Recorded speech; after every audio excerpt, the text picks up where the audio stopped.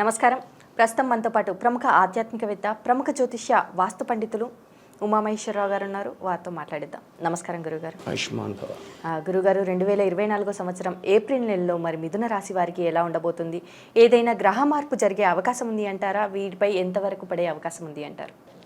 సర్వమంగళ మాంగళ్యే శివే సర్వార్థ సాధకే శరణ్యే త్రయంబకీ దేవి నారాయణీ నమోస్తుతే. ఓం గృం గణపతే నమః. ఓం శ్రీ గురుభ్యో నమః. శ్రీ క్రోధినామ సంవత్సరం శుద్ధ పాడ్యమి మంగళవారము, రేవతీ నక్షత్రము, వైద్యుతికరణము, వైద్యుతి యోగము, కింస్తుగ్న కరణము.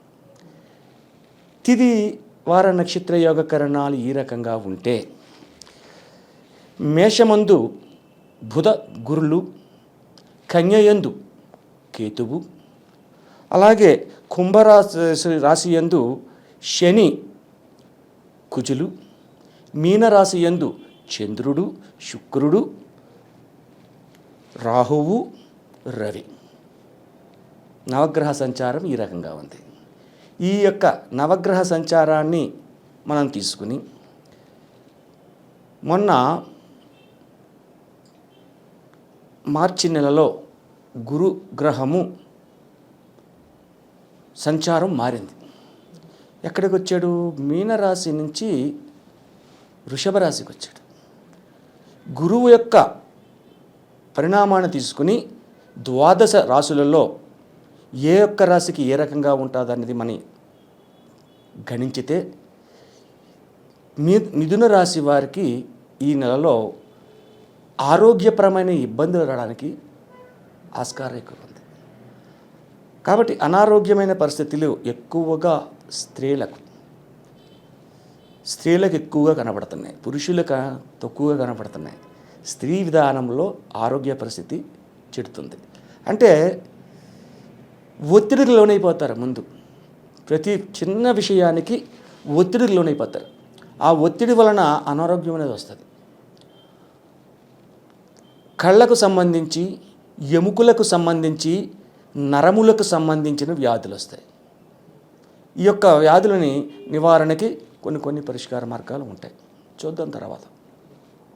అయితే మిథున రాశి వారికి ప్రథమ నుంచి కూడా అనారోగ్యం కలిగి ఉన్న, ఆరోగ్యం కొంచెం దెబ్బతిన్నా కూడా ఆర్థిక పరంగా అత్యంత శుభదాయకమైన ఫలితాలు పొందుతారు.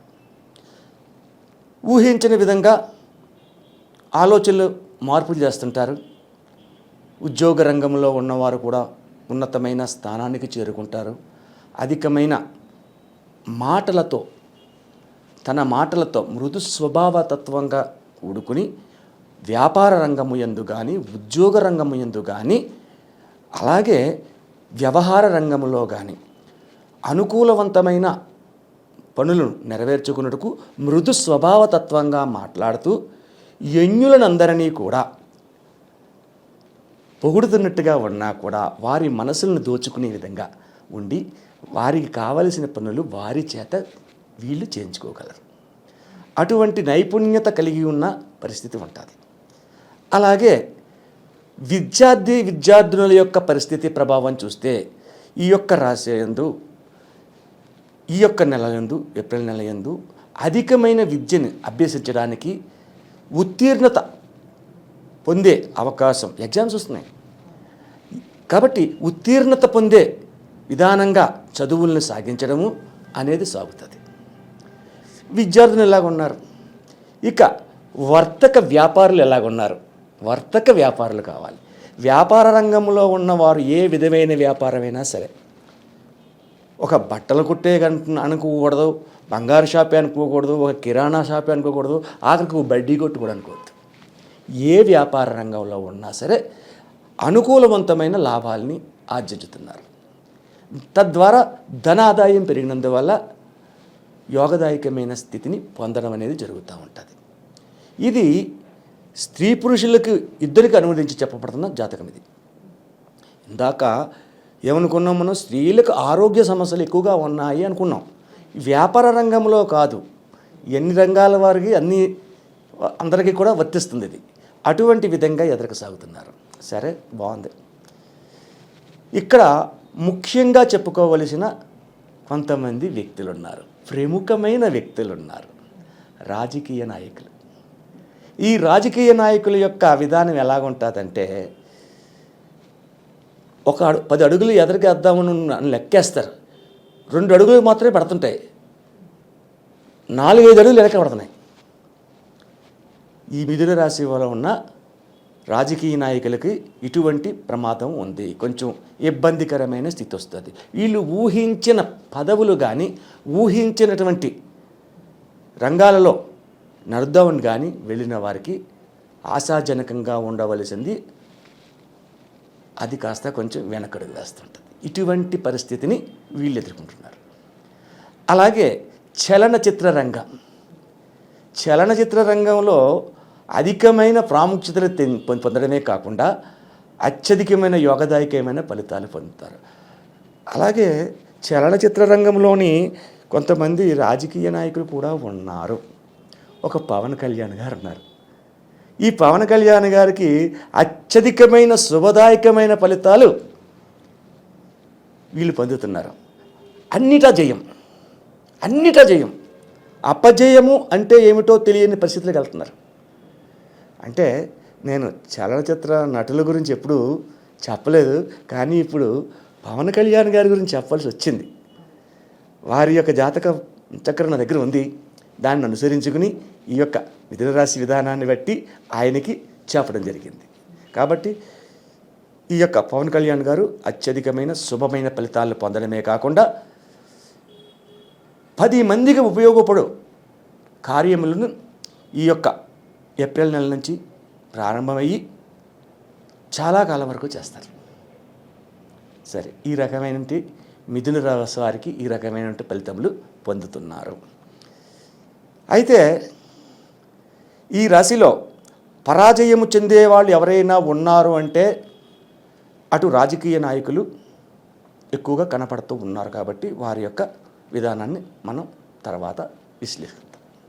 మరి అలాగే కోర్టు సమస్యల నుంచి బయటపడాలనుకుంటే వారు బయటపడతారండి. కోర్టు సమస్యలు అనేది ఈ మిథున రాశి వారికి ఎప్పటి నుండో ఆగిపోయినటువంటిది ఏదైనా కోర్టు సమస్య ఉంటే దాని నుంచి ఈ యొక్క నెలలో ఈ మాసమందు పరిహారాన్ని చేసుకుంటే ఉపయోగకరమైన పరిస్థితులు పొందుతారు. నష్టదాయకమైన స్థితికి వెళ్ళారు. ఈ మిథున రాశి వారికి చాలా బాగుంది. మరి వీరు ఎలాంటి వ్యాపారాలు ప్రారంభించవచ్చు అంటారు? వ్యాపార రంగంలో అంటే మిథున రాశి వారికి మిథునం అంటేనే బుధుడు అధిపతి. బుధుడు అంటే వ్యాపారవేత్త అంటే వ్యాపారం అన్నది కాదు.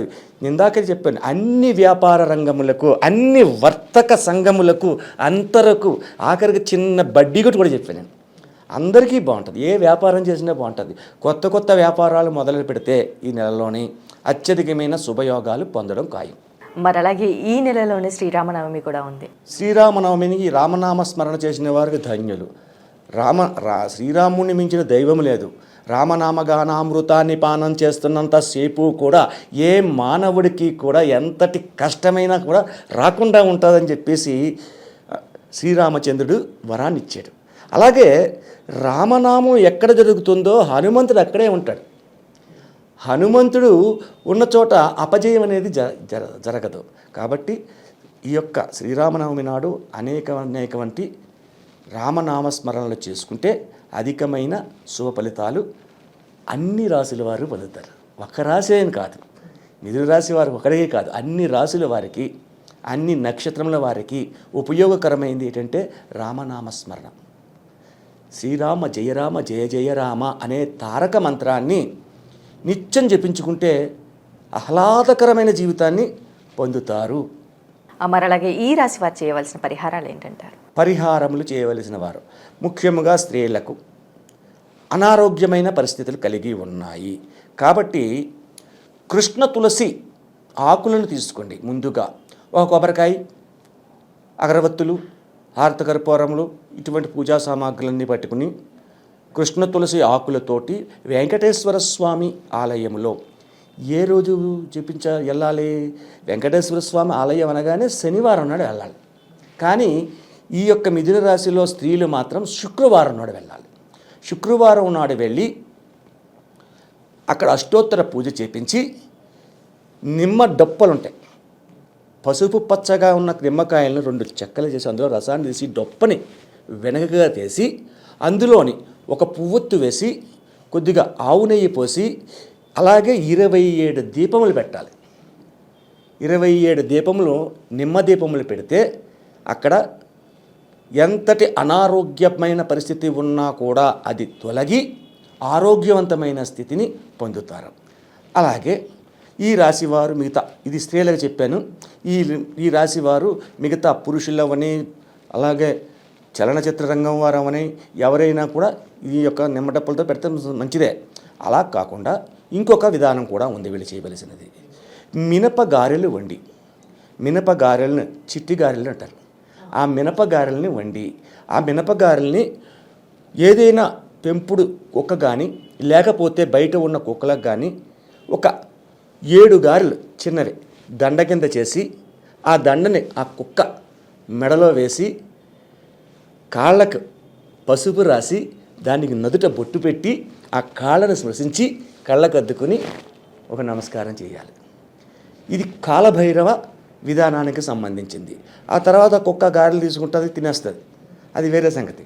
ఆ తర్వాత మనకి శుభదాయకమైన ఫలితాలు పొందాలంటే ఈ యొక్క శ్రీ క్రోధినామ సంవత్సర ఉత్తరాయణ వసంత ఋతువులో చేయవలసిన ముఖ్యమైన పరిహారం ఇది. అలాగే గురువుగారు, మిథున రాశి వారికి 2024 సంవత్సరం ఏప్రిల్ నెలలో ఎలా ఉండబోతుంది, అలాగే వీరు చేసుకోవాల్సిన పరిహారాలు ఏంటి, వెంకటేశ్వర స్వామిని కానీ ఇటు కాలభైరవ స్వామిని కానీ ఎలా పూజించాలి అనేసి చాలా చక్కగా వివరించారు గురుగారు. ధన్యవాదాలు. ఆయుష్మాన్ భవ.